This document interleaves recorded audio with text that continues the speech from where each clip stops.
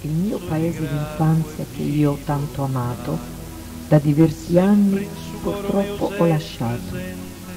Io da te sono lontana perché sono emigrata, ma spero un giorno di tornare e non doverti lasciare. Il tuo dialetto porto nel cuore e la tua gente. Il monumento dei caduti sono nella mia mente.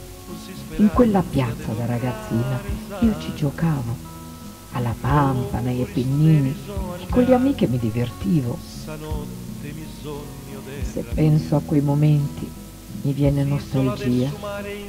Vorrei tornar bambina, ma il tempo fugge via.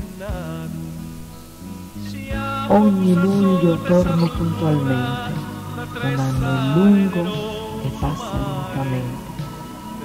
Ma quando arrivo e vedo Lupultoni di Luvrano, la piazza ed il bastione, finalmente sono a casa. Dio, che emozione!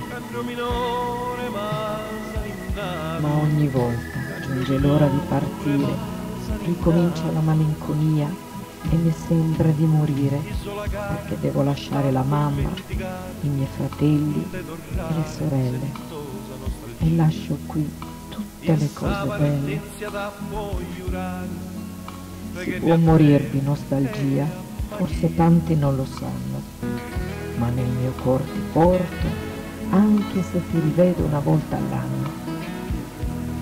Rientrare al mio paese, stare accanto alla mia mamma, che ho sempre nel mio cuore come una grande fiamma. Questa distanza mi fa impazzire, vorrei tornare al mio paese, almeno per morire.